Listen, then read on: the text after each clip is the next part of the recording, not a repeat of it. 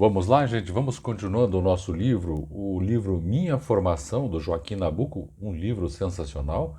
Como eu disse, eu já estava me devendo essa leitura há muitos e muitos anos. Vamos continuar? Vamos lá, a gripe está pegando, mas a gente continua.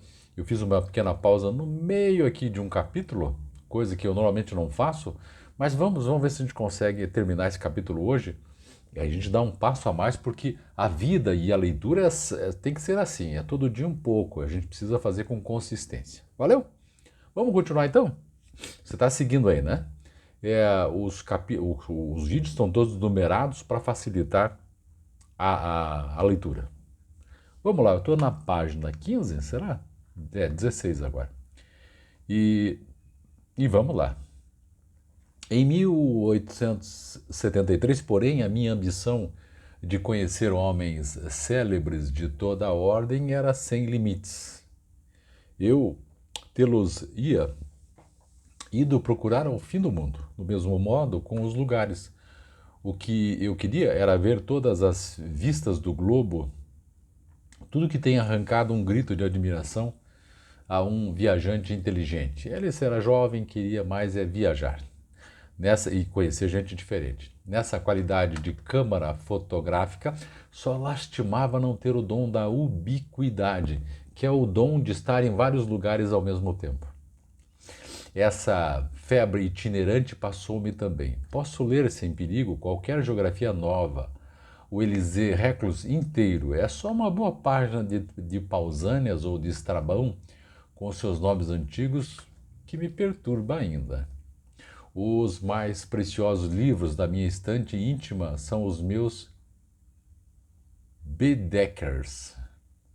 Diversos lugares aí estão marcados com um sinal, e se eu pudesse, tomaria ainda para visitá-los o bilhete, hoje não se diz mais o bastão, do peregrino. Mas são os lugares somente a que está associada. Há anos eu teria dito uma impressão de minha vida, uma das grandes impressões da humanidade, uma das suas revelações na arte ou na religião. O que em matéria de viagem, de paisagens, me tentaria hoje, quem sabe se não é uma pura restituição de um atavismo longínquo, quer dizer, de alguma coisa do DNA que está lá atrás, assim, martelando, viagem, viagem, viagem. O meu avô materno, que se transplantou em 1530 para Pernambuco e fundou o Morgado do Cabo, João Paes Barreto, era de Viana, seria talvez o Lima, se eu tivesse certeza de ter diante dele a mesma impressão dos soldados romanos que chamaram as suas margens Campos Elíseos e lhe deram o belo nome de Letes. A verdade é que sinto cada dia mais forte o arroxo do berço. Cada vez sou mais servo da gleba brasileira, por essa lei singular do coração que prende o homem à pátria com tanto mais força quanto mais infeliz ela é e tanto maiores são os riscos e incertezas que ele mesmo corre. Nesse tempo, porém, na minha era antes de Cristo, em pleno politeísmo da mocidade, o mundo inteiro me atraía por igual. Cada nova fascinação da arte, da natureza, da literatura e também da política era mais forte. Eu quisera conhecer as celebridades de todos os partidos, depois do Papa. A mais nobre figura da Europa era para mim o Conde de Chambord, que acabava de rejeitar a coroa de França para não repudiar a bandeira branca. Um Henrique V, bem pouco parecido com Henrique IV, e no entanto eu contava com uma boa fortuna à noite que passei no salão de Monsieur Thiers. A viagem à Europa em tais condições não podia deixar de ser para mim como foi o eterno impulso dado ao pêndulo imaginativo. Pelo sentimento, pela atitude, pelo emprego da vida, acredito ter sido em plano inferior uma das mais consistentes figuras da nossa política. Acredito mesmo que passarei nela como um homem de uma só ideia, persona unius dramatis, porquanto a minha fidelidade monárquica pode ser considerada como a de André Rebouças. André Rebouças também lutava contra a escravidão. Se eu não me engano, inclusive era negro, né? Os irmãos Rebouças e tudo mais. Ainda um último compromisso, acho que sim, acho que era, agora em Rebouças, porque aqui em Curitiba nós temos uma rua em homenagem provavelmente aos irmãos Mendonça, Rebouças, é a Avenida Rebouças. Muito interessante. Eu sei que em vários lugares tem. Mas voltando aqui. Ainda um último compromisso, uma gratidão, um episódio da libertação dos escravos. Quanto às afinidades espontâneas, porém, às simpatias naturais, ao movimento interior do espírito, dificilmente se encontrará um pêndulo que descreva um raio de oscilação mais largo do que a minha imaginação e a minha curiosidade. O que é um homem político, assim, diletante, viajante, a quem tudo atrai igualmente, que admira as grandes construções sociais, qualquer que seja o sistema da arquitetura, convencido de que em todos há o mesmo espírito, porque o espírito criador é um só? Nós, brasileiros, o mesmo pode-se dizer dos outros povos americanos, pertencemos à América pelo sedimento novo, flutuante do nosso espírito, e à Europa também, por suas camadas estratificadas. Desde que temos a menor cultura, começa o predomínio destas sobre aquele. A nossa imaginação não pode deixar de ser europeia, isto é, de ser humana. Ela não para na primeira missa do Brasil para continuar aí recompondo as tradições dos selvagens que guarneciam as nossas praias no momento da descoberta. Segue pelas civilizações todas da humanidade, como a dos europeus, com quem temos o mesmo fundo comum de língua, religião, arte, direito e poesia. Os mesmos séculos de civilização acumulada e, portanto, desde que haja um raio de cultura, a mesma imaginação histórica.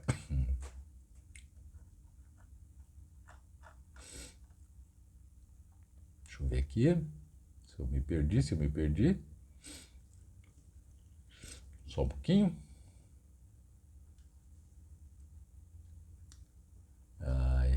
Só um pouquinho aqui. Estamos ainda condenados à mais terrível das instabilidades. É como eu digo, a nossa leitura aqui é uma leitura séria, porém descompromissada, e não é uma leitura linear, tá bom? Se eu precisar levantar buscar água, eu vou buscar água, mas vou continuar aqui que nós vamos até o final, beleza? Fique comigo aí. Bom, então, estamos assim condenados à mais terrível das instabilidades. Esse tempo dele aqui também era um tempo de predomínio da Europa sobre nós. Depois nós tivemos outros predomínios, principalmente os Estados Unidos com o seu republicanismo, né? A gente copiou muita coisa aqui, mas nós estamos falando aqui do segundo reinado, Dom Pedro II, então a gente tem muito ainda naquele tempo da Europa, assim de copiar coisas da Europa. Não são os prazeres do rastaquerismo, como se crismou em Paris a vida elegante dos milionários da Sul América. A explicação é mais delicada e mais profunda. É a atração de afinidades esquecidas, mas não apagadas, que estão em todos nós, da nossa comum origem europeia. Veja que interessante também aqui. Nós estamos falando de um homem que combatia a escravidão. Embora tivesse escravos, conta a história, a família dele tivesse também escravos. Mas veja que ele não leva em consideração a nossa afinidade, aqui inclusive até de sangue, com a África, né? Não toca nesse ponto, né? É sempre olhando para a Europa, né? Como sempre, praticamente isso, né? A explicação é mais delicada e mais profunda. É a nossa atração de afinidades esquecidas, mas não apagadas, que estão em nós. na nossa comum origem europeia. Só um pouquinho, vou pegar.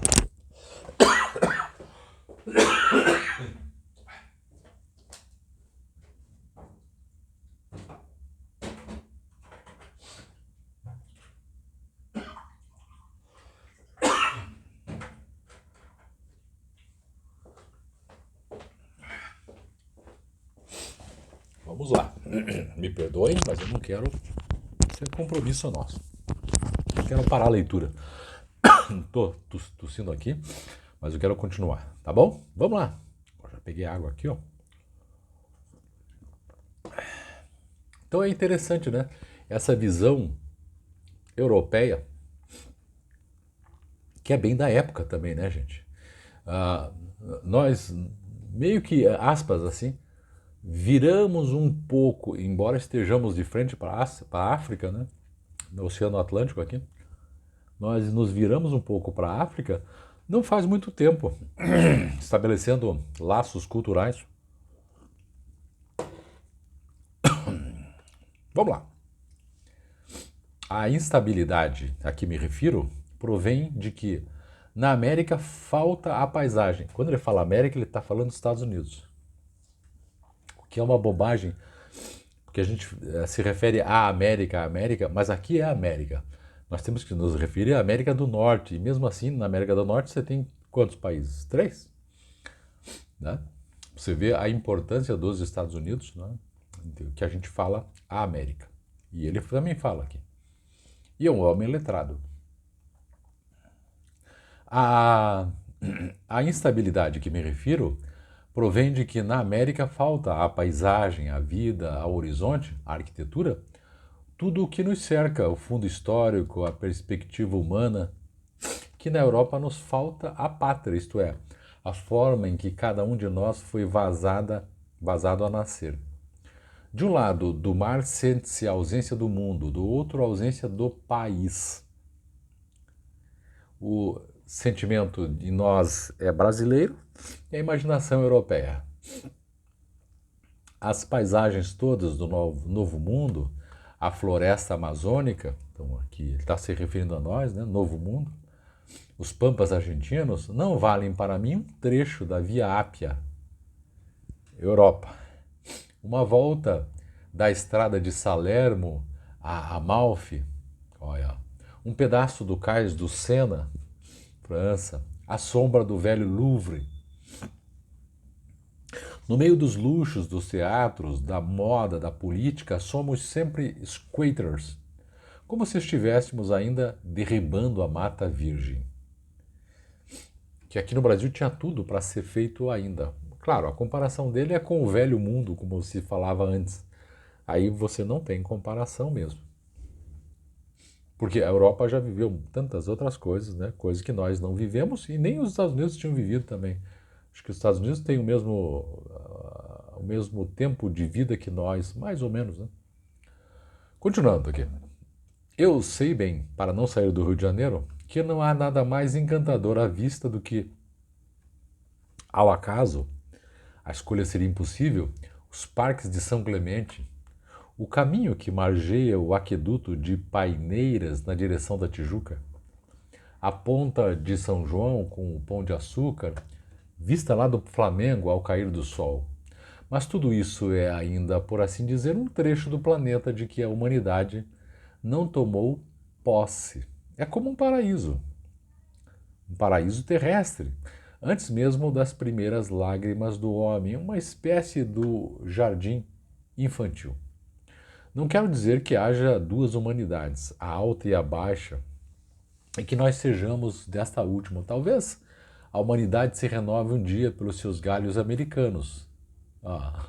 Mas no século em que vivemos, o espírito humano, que é um só, terrivelmente centralista, está do outro lado do Atlântico. O novo mundo, para tudo que é imaginado, estética ou histórica, é uma verdadeira solidão. Então, ele está de novo do outro lado do Atlântico se direcionando para a Europa, não do outro lado do Atlântico, porque tem a África na nossa frente. E que não representava, me parece que na época, África, muita coisa para eles, né? Novo Mundo são os Estados Unidos. Novo Mundo, para tudo que é imaginação estética ou histórica, é uma verdadeira solidão, em que aquele espírito se sente tão longe de suas reminiscências, das suas associações de ideias, como se o passado todo da raça humana se lhe tivesse apagado da lembrança, e ele devesse balbuciar de novo, soletrar outra vez como criança, tudo o que aprendeu sobre o céu da Ática. A respeito dessa visita, eis a nota que encontro no meu jornal de 1874. Entre aspas. 10 de janeiro. À noite fui com o Itajubá, o nosso árbitro em Genebra, à casa do Monsieur Thiers, Hotel Bagration, Faubourg Saint-Honoré. Apresentado a Monsieur Thiers, a Madame Thiers, a Mademoiselle Duz, apresentada a Jules Simon, itinerário que este me deu o que fazer lá. Ver Pierrefonds, Coucy, Reims, Tarascon, Arles e a grande Chartreuse. Conversei com Monsieur Thiers sobre o Brasil.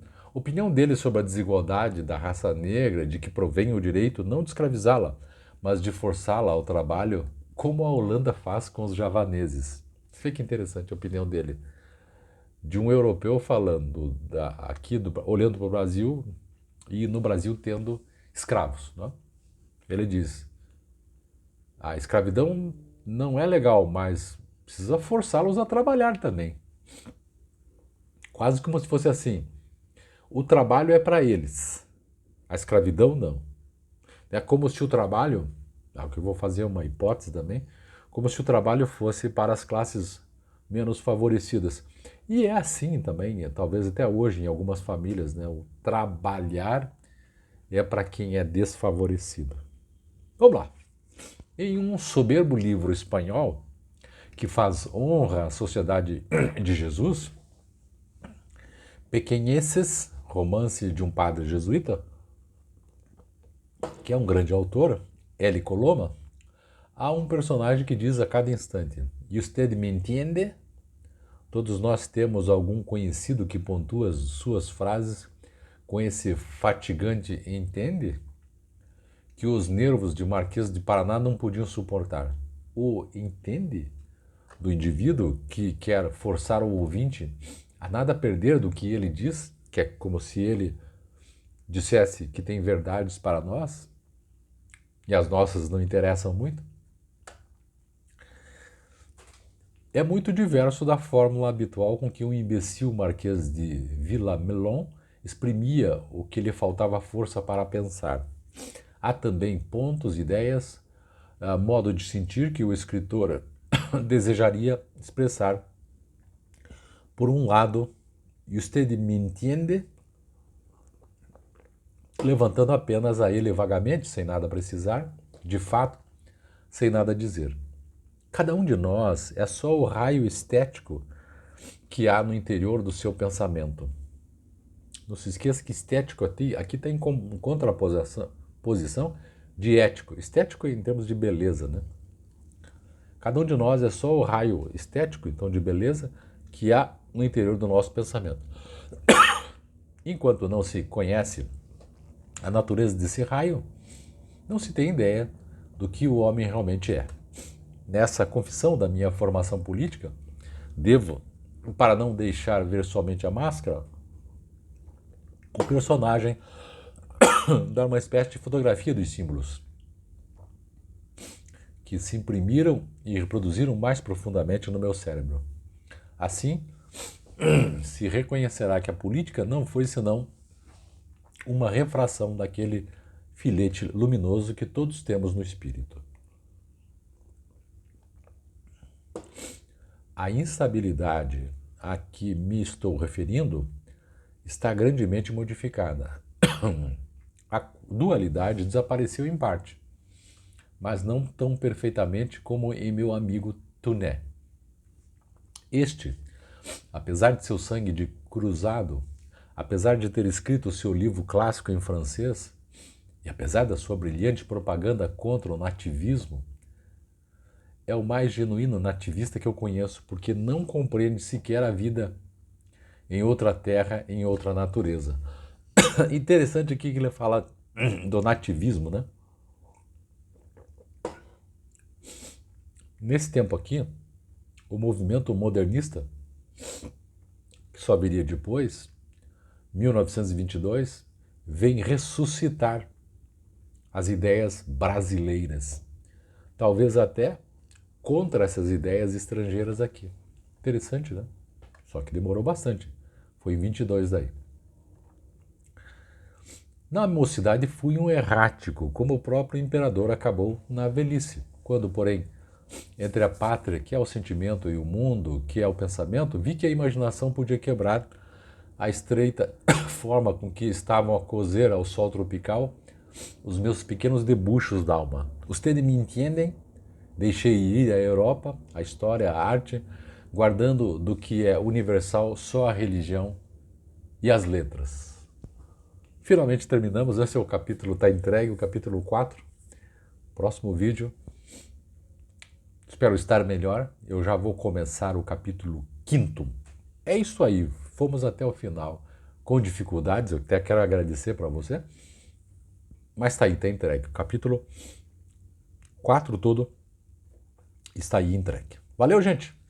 Obrigado, muito obrigado por me acompanhar. Deixe seu recado, deixe seu like. Como eu volto a dizer aqui, essa leitura não é uma leitura linear, é uma leitura pensada, refletida. Eu não sou expert em história, mas pelo menos alguma coisinha a gente consegue falar aqui. Valeu? É isto, muito obrigado. Tchau, tchau.